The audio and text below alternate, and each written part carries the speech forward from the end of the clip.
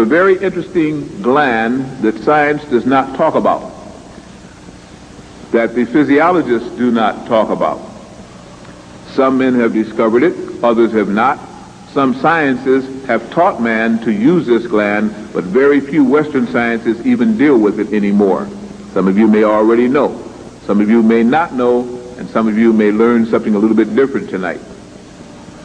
If the men in the audience that I see here, without hurting yourself, will simply take the top or the tip of your tongue and try to put it up near the roof of your mouth. Now, the females can do it too, but you're not going to find there what the men will find there.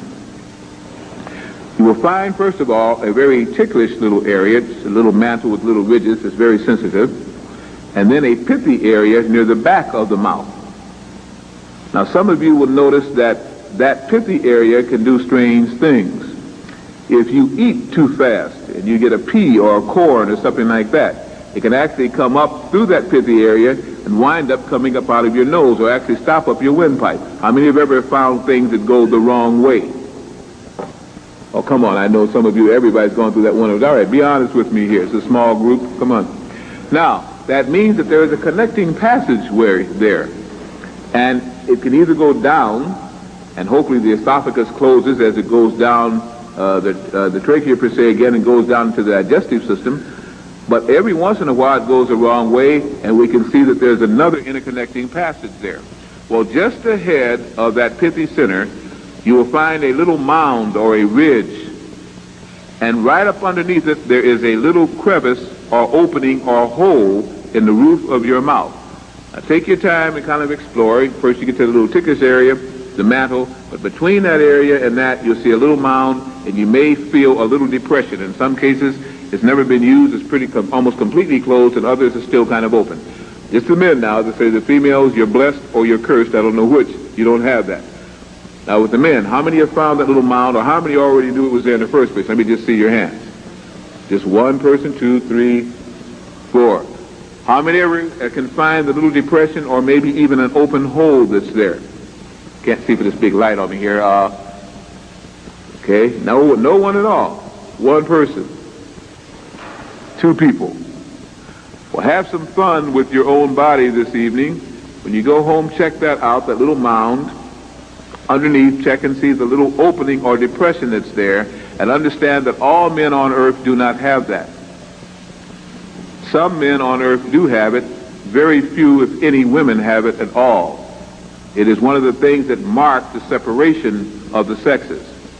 And a lot of double talk has been made about that hill, that mount, that depression, and that tunnel that leads up into the skull directly from the mouth. This is why many sons of God who take in a lot of cow products and mucus-making products wonder why in the world they suffer so greatly while others eat all kind of cow products and don't. That is one of the reasons that your doctors and scientists do not tell you. Because if enough things get in that passageway, it will begin to hurt. It will also begin to stop you up, and you'll get one of the biggest head colds you've ever seen in your life. It is not coming from just mucus that's taken into the system. It's coming from that little drainage that goes down that passageway, especially from the sons of God. That passageway was to be kept open. And a lot of instructions have gone about, a lot of edifices, a lot of buildings and huge monuments have been built to that one miracle that was left as a sign for the sons of God, so they would know who they were and also know what they should do to ascend. Many of the Oriental masters who took the ancient teachings understood this and worked with it in various forms of Chinese, Japanese, and Oriental arts. Many of the Africans, I guess, also with the Zulu and with the Hausa people, and against, of course, the famous Yoruba people. The Yoruba also knew and taught of this science. What that particular thing is reflected very much in what is called the Great Pyramid. The pyramid at Giza on the plateau there, in which we falsely call the Sahara Desert. That was not the desert it was built on. In other lectures I explained why that does make a big difference. It was a very interesting piece of land that now has been surrounded by the Sahara, and now they consider it having been the Sahara. It was not. It was a very key piece of land there, which some of these ancient people these lord gods, if you would, chose to build a huge city. And on top, one of the highest parts of this city was what we now call the Great Pyramid at Giza, who again, Western man teaches you is Cheops, but we know was actually supposed to be whose temple? Khufu. All right? If you will take a look at what is called the King's Chamber in the Great Pyramid, and those 4 slabs of stone that rise above the King's Chamber, I don't have a blackboard, but in a parapet-like, 4 actually slabs, and then above it is a whole little room-like built. They state that this is where the body of the king was to be placed upon his death, and that's why they built the pyramids. I state to you concretely, the pyramids were never built as an entombment for anybody. It definitely wasn't built for Khufu, and certainly was not built for Cheops. Had nothing to do with any of that, but as a people degenerate and ignorant, do not understand what they see, they make up fallacies, and since the books are read as textbooks by us, we fall victim to the same lies and misinterpretation through ignorance.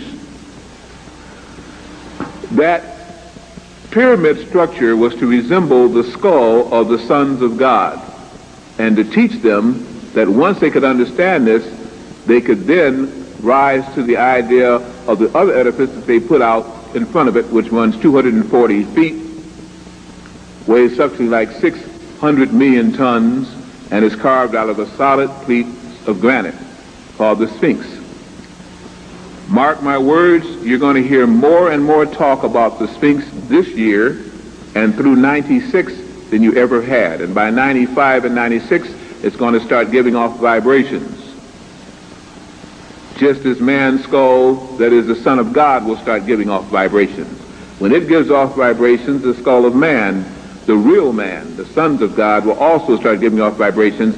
And when that tunnel to the Grand Gallery also opens as the stone falls away, so will the tunnel leading to the pineal gland within the sons of God open, and the powers will begin to run through him once more. Everything here was a symbol for those who were dead to finally awaken. That's when the pyramid became the tomb.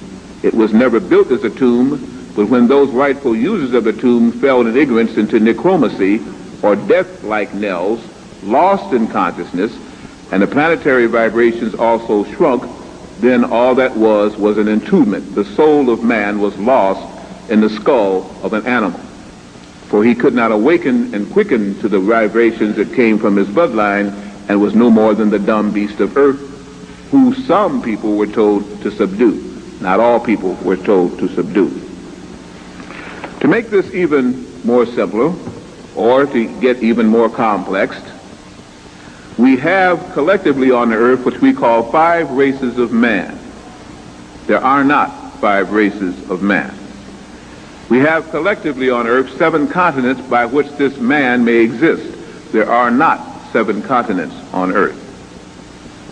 And we have collectively again the colors black, brown, yellow, white, and pink by which the races of man are colored. There were also green, blue, and red men on earth, and we've forgotten about that. The only one we hear referred to as a red man now is so-called Native American, which we call misnomered the Indian. Our planet has come under a period of ignorance, dumbness, and lowered vibration, and that time is now to move. It is past. There is no reason for ignorance, dumbness, or lowered vibration if you want, and if you happen to be of the sons of the God and you don't respond to it, you will soon be dead. Now, isn't that a big threat? I'm not making the threat. I'm interpreting new and future knowledge. As a metaphysician is supposed to, you have to find out whether you can agree with it or not. There is no truth until you decide what truth is, and each person should find that truth out for his or herself. Human, by which if you look in the encyclopedias and dictionary, it says we're all human beings. That's a lie. We are not all human beings. Human is animal man. Hu was a god Hu, which ruled the lower plains, again, under the old teaching of the ancient Sudanese and Nubian people, and later on the so-called Egyptian people.